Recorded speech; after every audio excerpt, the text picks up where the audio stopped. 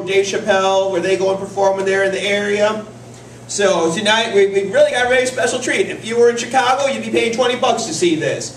So please, put your hands together for the man who parted the Red Seas, Eric Oren!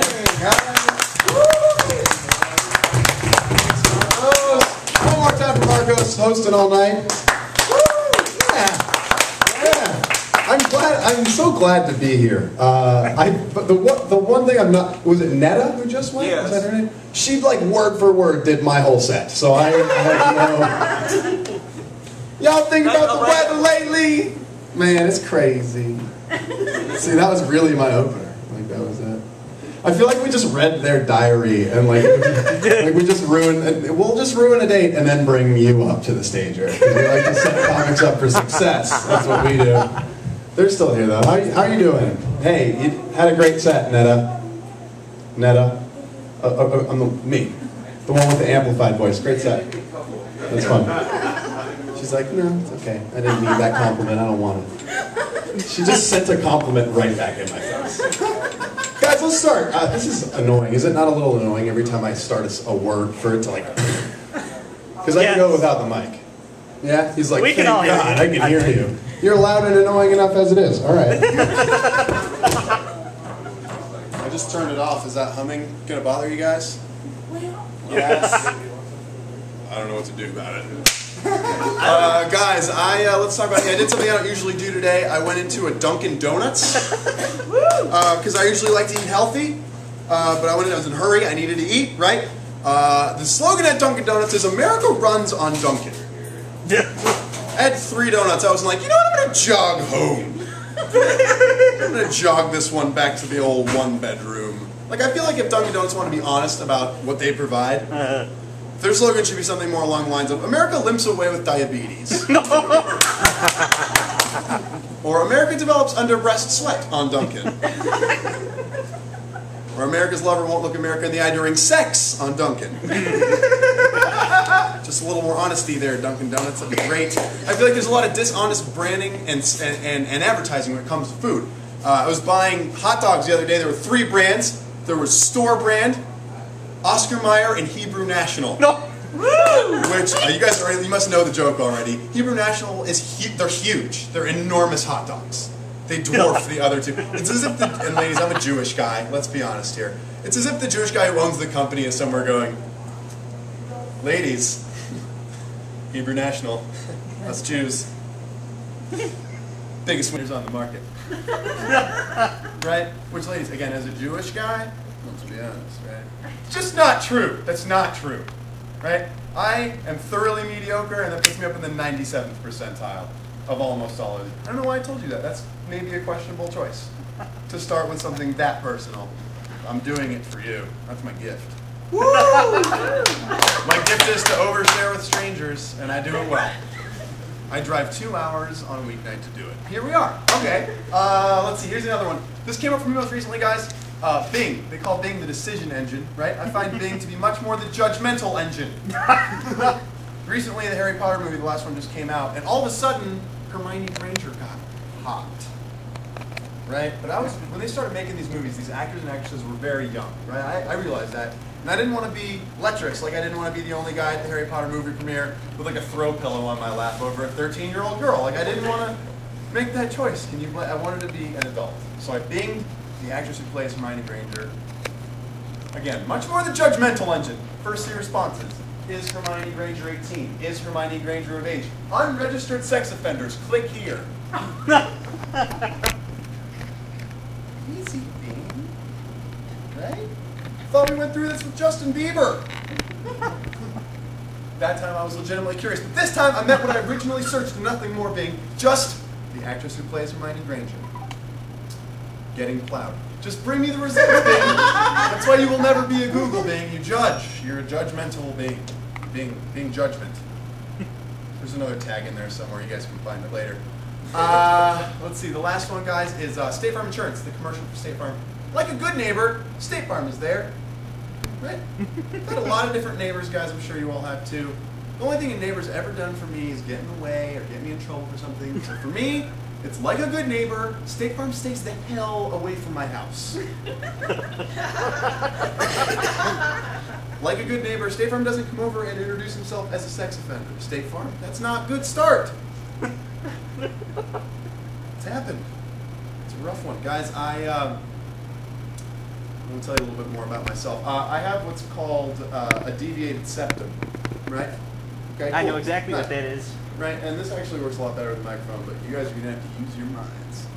I wear what's called a deviated septum mask when I sleep. It's kind of this big mask thing, right, and it's supposed to help me from stop snoring. The mask is actually great. It doubles as a cock block, if you guys can imagine that. It's great, really. Bring a girl back, do whatever we're going to do. She rolls over, generally speaking, totally unsatisfied. And I roll over like Darth Vader. Can we cuddle? I want to be the big spoon. See why it would work better with the microphone. Right, like my ideal girl would have to wear a headgear just to fit in. Baby, tomorrow morning I'm gonna rock your world. But let's not forget to go to Bed Bath & Beyond first. Because in that joke, my girlfriend's an insufferable bitch, I guess. And she insists on going to Bed Bath & Beyond. I told her no, but she insisted. She's not real. Okay, let's see. My father is Middle Eastern. I have a Middle Eastern father. He's from Israel, to be exact. And I had to think, that's a strange thing. That's a nation we know. That's a place we can point to on a map. Hooray! It's okay. That's fine. I like the interaction. Go with it. The thing about Israelis, I had experiences that I'm sure all of you guys have with normal American parents. Only Israelis are very intense, survival-based people because they're surrounded by enemies, right? So, and here's the other thing. My dad worked about 3 hours away from home, so I spent a lot of time with my mom and my sister growing up, right? So I was raised less like a young man and more like a pet lady boy, if you guys can imagine that. It was fine. Didn't cause any problems. I could, like an assembly manual gives me the cold sweats, but I can French braid hair. I'll give you that kind of thing. I was like boy fruit, if you will. Sort of like that. Here's the thing. My dad would come home on weekends and see that I wasn't manly enough for the age I was at. And again, because of that intensity, right, he would try to man me up extra in that short amount of time. Right? So like you guys remember Familial Rough House where you ended up laughing hysterically because it was really funny and you felt safe. Right? My version was a little different, right?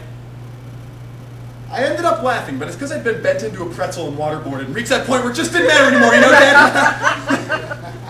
Love you too, Dad. Right? The other thing is, my dad would give me advice just like I'm sure your parents would.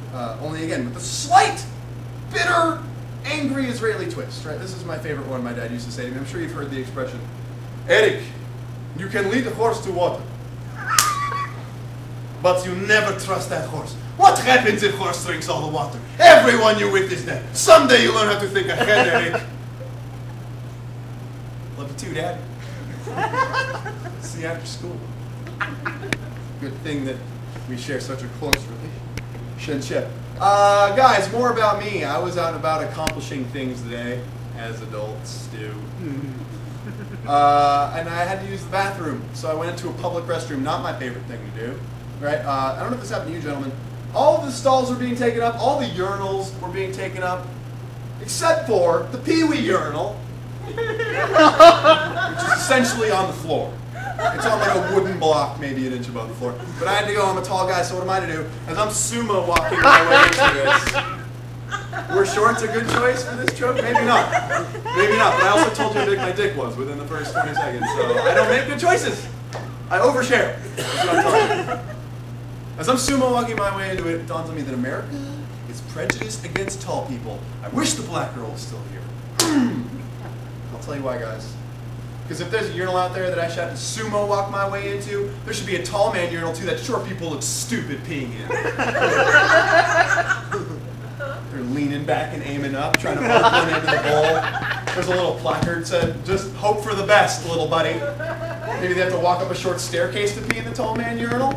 Yeah? Maybe there's a little trampoline and a trapeze they have to jump and grab onto. Do the cliffhanger to unzip their fly.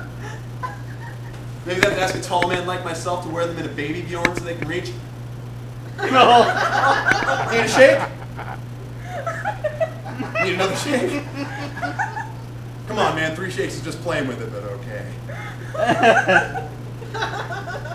I just needed a joke I could shimmy during. That's the secret behind that bit. That's where it all came from. I overshare. Let's see, guys. Well, okay, we'll do this one. I recently made a mistake. Surprise! I recently reintroduced myself to a girl that I had previously had sex with. But it's not fair, ladies, and it's not my fault, and I'm going to tell you why.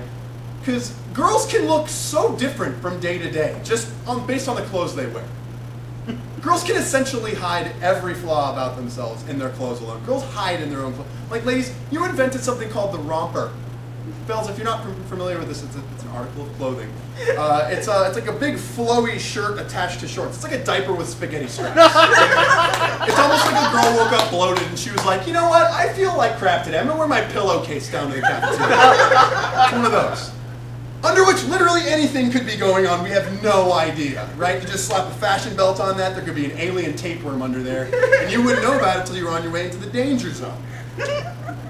Here's the thing though, guys, we can't. It's not fair.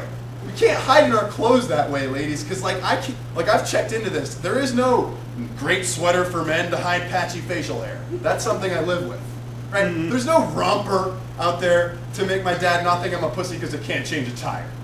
I live with that. There is no romper for premature ejaculation. Again, I've overshared. I realize that. It's my gift and my curse, I guess. Here's the other thing, though, guys. It's not just your clothes. And here's what really upsets me, ladies. When do you guys all meet up to discuss what pose you're going to do in every picture for the rest of your natural-born lives? Because men, we're not privy to that information. I end up trying way too hard and looking like a turd in every thing. I'm always doing one of these. Never works, right? But girls know all the angles and the tricks, and it's like a Tai Chi to it. It's like flowy, like there's the fake step to make you look curvy even if you're carrying a few extra. Skinny arm. There's the downward facing smile to eliminate the neck fat. Ladies, I know. How does he know, Becky? How the fuck does he know? Study. Here's the thing though, ladies, some of you guys rely way too heavily on your go-to pose. And that's the pose you know makes you look good, right? I was in a museum, I saw a girl doing her go-to pose and she was like, and she looked good. I'll give her that, she looked good, right? But I failed to mention that this was a Holocaust museum. Oh. So have a genocide appropriate backup would be my suggestion. That would be what I would suggest. Fellas, if you want to illustrate my point, this is called the Medusa, okay? You take a camera that, even if it doesn't work, just a camera of any kind, go to a place where a bunch of girls have dressed up to impress each other, right? Just aim the camera in any direction and watch as girls start to take notice. Little slutty statues will start appearing.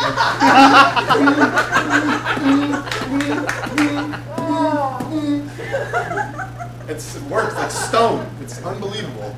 Try it. A lot of fun. My gift to you, number 2. You guys got 2 gifts, and there's a bag of party favors at the end. Let's see here. I'm gonna do. Is it one more? Okay. Sure. I might even do 2. We'll see. All right, guys. I've been watching a lot of TV lately. I've been watching the Planet Earth and the Blue Planet shows. You guys seen these? The nature shows with the amazing footage. I used to watch nature shows a lot, but they were boring, right? It was just stock footage recycled of the same animal, boring, dry scientific analysis, right? And it got old. But here's the thing. With these Planet Earth and Blue Planet series, I feel like they overcorrected a little bit. Right? On the episode I was watching, they talked about a group of 20 cameramen who lived for 2 years, every single day. They lived in a cliffside on a helicopter every morning trying to get footage of blue whales mating. That's weird for 2 reasons. Number 1, they never got the footage. These dudes were looking for whale sex, and they never got it for 2 years of their lives. Here's the other reason why that's weird. Some guy at the Discovery Channel just kept throwing money at that whale sex tape, and he just had to see it. There's a guy with his foot on the pedal for the whale sex tape, and he won't take it off. It's like, I got my manatee gangbang. I got my other sea creature sex tape. I don't know, there's more tags in there. You can find them later. It's a third gift. A third gift to you. So you're welcome. Here's the other thing about the Blue Planet Planet Earth. I feel like when they were auditioning narrators, the guy with the best voice just didn't know shit about science. Right? Like, he narrates it as if it's all going on in his living room, and he's like, he purports to know way too much, right? Like, in the episode I was watching, it started off okay. It was like this, he goes, and again, the guy has the most ridiculous voice. It's like Severus Snape and Morgan Freeman had a test tube baby just so he could narrate. It's unreal. The guy goes like this, he goes, the weary clownfish swims among the tendrils of the anemone. I'm like, okay, I'm with you so far. That sounds like science, right? The clownfish is weary after a day of defending his screenplays to his estranged father.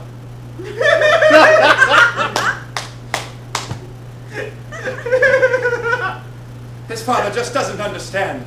The anemone provides a masculine, safe but dangerous safe haven for him. He wonders if his way of loving another male sea creature will ever be accepted by mainstream society, or was his father. That sounds like fringe science at best, sir. That doesn't sound like a kingdom file of horror species. Here's the other one he did, guys. He'll get mean. Like, he clearly plays favorites among the animal kingdom, which I don't think, if you're doing a nature show, you should be able to do. Like, he was mean about it. It actually made me hurt for the animals. He says something funny. He goes, the moronic gull dives again and again in vain. After promise of the silly sea rat, the thrustfish. But even the moronic sea rat knows to stay just out of diving distance for the silly gull. Maybe that is why the gull's wife stays out late on weekends and won't look him in the eye during sex. Like, I just changed the channel. We'll end on this, guys.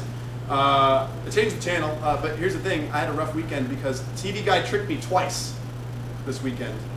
And I'll tell you how. So I saw a movie that I love, Ferris Bueller's Day Off. And I think we all love it. We all love it. But it was different, right? It was on LHBO. Latin HBO's in Spanish. And I wanted to love it again and just rewatch it and love it, right? But it was different, right? I went to it. I remember the original pretty well. Tell me if you guys do too. I remember that the car they drove in that movie was red. I don't remember it being a shitty old Expedition with 3 rims and 1 donut. I saved the racy stuff for the end, guys. There's a lot more. Like, I don't remember in the original. I remember that Ferris had a girlfriend. I don't remember her being pregnant and underage. That was different too. Oh no. That's the point we're done. No, funny man. Mild racism. We can't deal with it. No fun. I was about to give you the best gift of the night. You lost it. I'm going to close with something else now. You guys feel guilty? No. Not the slightest. Not the slightest. Alright, we'll close on this one, guys. And then we were on the men and women subject for a while. Let's close on that. Ladies, I have so many questions, I guess. I didn't realize until tonight. The way you guys are able to talk to each other in a way that I don't think I'm ever gonna understand or master, right? Like, it's weird. Like, have you ever seen like a group of girls getting ready to go out for the night? Even if you've heard it, fellas, if you have girlfriends. It's always something like this. It's like, oh my God, Becky. This isn't every girl, mind you, but the ones that I'm thinking of. Oh my God, Becky, your top looks so cute. Your boobs look so good in that top. Oh my God, Rebecca, how do you squeeze into those jeans? Because you look good. Your ass is rocking. Becky. But guys, we can't do that. We just can't. It's different. I've tried. Like, I couldn't like call my friends to come over, and then like the first guy gets to my house, and I'm like, Mike, buddy, I'm meaning to talk to you about this. Rockin' dick, pal. For real. Alright guys, I'm Eric Orr, and that's my time.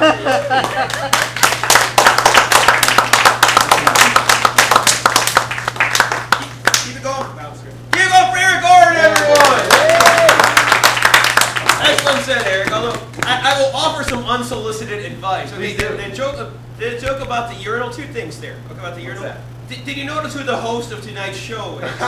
Sure. Okay, this is like, And you know, I got heels on. All right. Yeah.